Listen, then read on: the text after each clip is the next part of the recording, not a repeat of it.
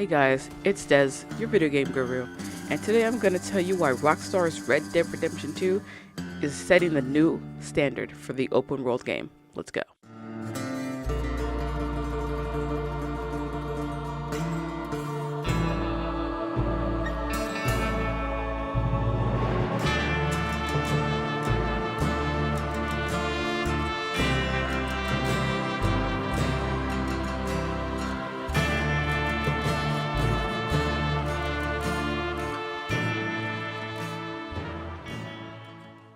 I first want to start by talking about the game mechanics. So the fact that you can craft certain things at your campsite that add to the gameplay, it's amazing. I thought it was really cool that they included that. I also liked in combat that you can go from your rifle to your sidearm almost instantaneously. And certain games kind of already do that, but the fact that you're doing this in the Red Dead Redemption 2 setting, it really works to the style of gunplay that would have been present at the time period the game takes place. And it's that authenticity that really makes it shine. But I'll mention more about the weaponry and stuff like that later. I just wanted to say that I really did like that you could switch between certain things, really cool, but it also didn't really hamper you, which is also another plus. Those are the game mechanics that I really loved. I don't know if it was everyone else's forte, but I really liked using it because I'm not the best shooter in the world, but it made me kind of want to rethink the way I would play a game like this. It kind of gives you a different aspect on how you approach certain missions, certain side missions. So I thought that was really cool, and I'm really glad that they included that.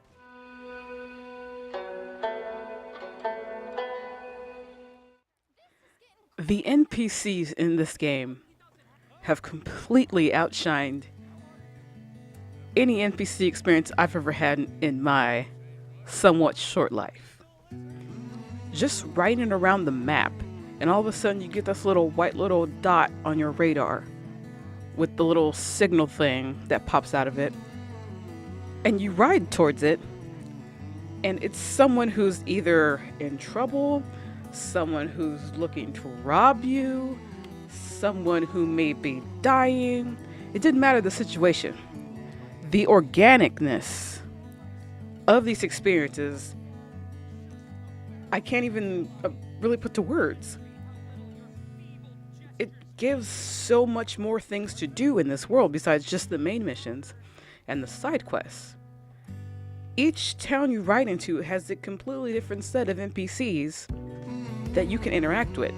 And when I mean you can interact with everyone, you can interact with everyone.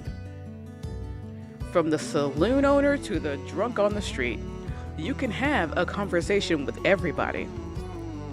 And it's different. It's not the same. But just people complimenting you on your horse.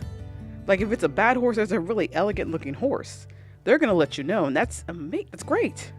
You can sit there and just walk around or ride around for 4 or 5 hours. It may seem like you accomplished nothing, but you've actually accomplished a lot. I did like also that the random stranger quests that you get, they're more than one. But the fact that you will encounter these folks throughout the game, it's not just like you go to a different town and there's random NPC, there's an NPC that has your request. You can go, as you progress through the chapters of the story, more stranger missions and stuff like that will pop up.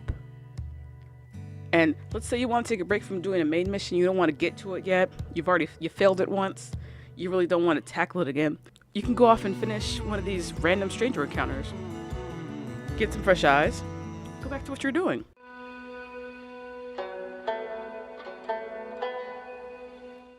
Now, what I really enjoyed about playing this game is the amount of weapons that are in it. And it's the amount that people wouldn't think that I would be talking about, but it's the limited amount of weaponry that's in this game. Now let me explain. With previous Rockstar games, GTA and the other Red Dead, you have this array of weaponry that you just have at your fingertips. You can pull out whenever you want to. Just like if you had like a rocket launcher, you can just pull that out of your pants with no explanation of why are you able to carry around an entire rocket launcher in your pants. And Red Dead Redemption 2 answers this by only allowing you to have a certain amount of weapons that you can carry at one time. Yes, you do have quite of a wide array of different weapons you can use, but you can only carry them as much as you can hold that weight. So you can't carry around every rifle that you have or every repeater that you have. You have to make a choice of which one you want to use in a different situation, and I think that was just genius. Also, I did enjoy that there were other types of weapons besides the guns. You have just the tomahawks, dynamite, fire bottles. There were other types of weapons you can use besides just your hands and fists and guns. And also, it has the same kind of limit, which I love, because you can't just carry around a bunch of like dynamite. Like, you have a certain limit that you can carry. And that's really adding to the realism of this open world. It pulls you in even more immersed into this world by having that limitation. And I think they did it amazingly. Also, I would love to talk about the types of customizations you can add to your weaponry. Just like with the engravings on the metal is really detailed, and like you can't really kind of see it when you're in the shop purchasing the engraving, but when you're out there cleaning your gun, because you do have to clean your gun with gun oil or else it will start to misfire or jam on you. So that's also another detail that I love about this game. But when you're cleaning your weapon, you can really get into the detail that Rockstar went with this game. Just the amount of shine that's on a gun reflecting in the sunlight.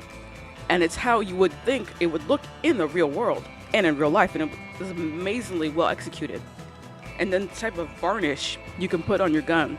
Like, it doesn't really kind of matter when you're like shooting down anyone in your way, but it's just that nice little detail, nice little personalization that pulls you in more with Arthur Morgan's character. And I would just like to add this little side note, like, you know, there's a wide array of gum shots in this game, but I like when you pick up a box of shotgun shells or rifle shells, and the box is so detailed. There is a, like on the variant rifle, if you pick that box up, there's this gold little shimmer that goes as you're turning the box with your hand. That is bananas.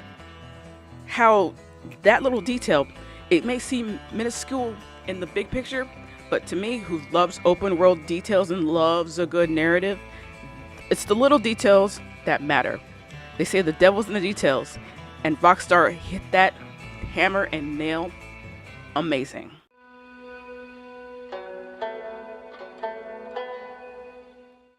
Now on to the clothing. Now, again, I am jumping on this detailed train because this is some of the best clothing I've ever seen in a video game that I've played. And I've played a lot of video games.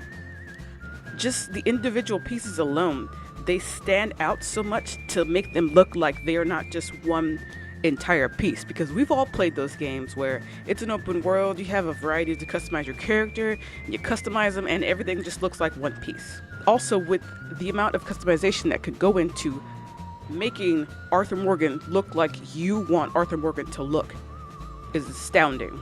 From hats, gloves, suspenders, necktie wear, spurs, Red Dead Redemption 2 brings it all together to the plate and hits yet another home run. The one unique thing that I love about Red Dead Redemption 2 clothing is the fact that you have to dress appropriately for the different climates that you experience within this world. You can't just wear an everyday shirt and some jeans and just go out to the snow and try to go do whatever you need to go do out of there, because your health will start to deteriorate if you are not properly clothed for wherever you are traversing on the map. That is just the fact that they thought that this should be an integral part of the game is just amazing. I wish other studios would take this and use this further when they make their future games, because Rockstar is, again, light years ahead of the competition when it comes to open world details. Now, we're all aware of the hunting and fishing aspects of this game. It's amazing. But what I love is that you can take those skins from the animals that you've hunted and killed, take them to a trapper, and then have those skins made into a garment that you can later wear. Now, when you go to the trapper and you're buying stuff from them, you have several different options. You have garment sets, reinforced equipment, saddles, stuff like that. Also, you can take the perfect skins that you get off the animals and make those into individual garment pieces as well. I also did like, just as a little extra detail, that as part of the reinforced equipment, you can also make different gun holsters that you can carry depending on which challenges you complete. Now these challenges are, you have to get a certain amount of skins, or you have to hunt a certain amount of animals in order to complete that challenge and able to get access to making that skin for yourself.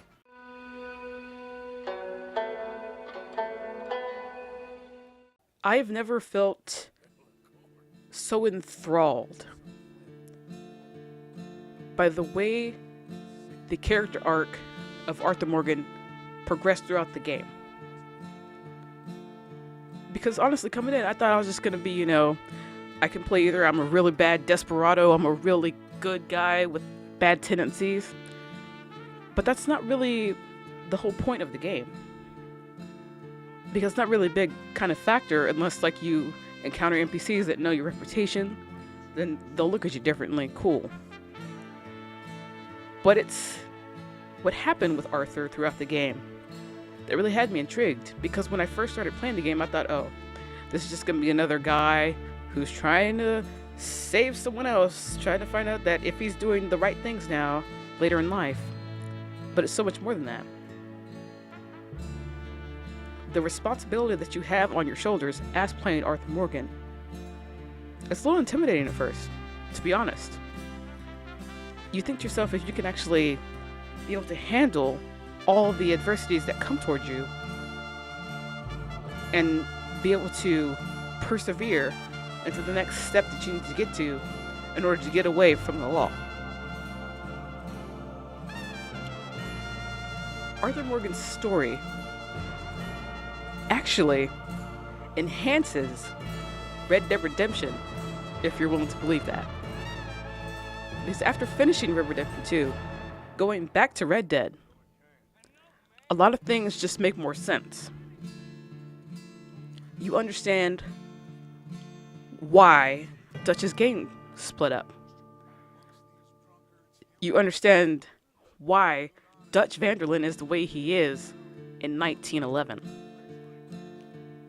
Because you get to experience why things ended up the way they were from Red Dead Redemption 2. And I don't know if it can be topped.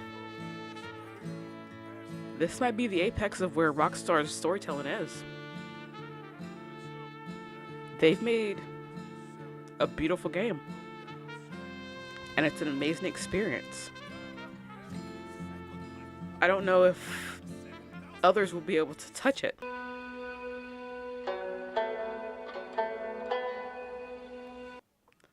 Because the detail, big and small, played center stage with this game. This is one of the best RPGs I've played in my life.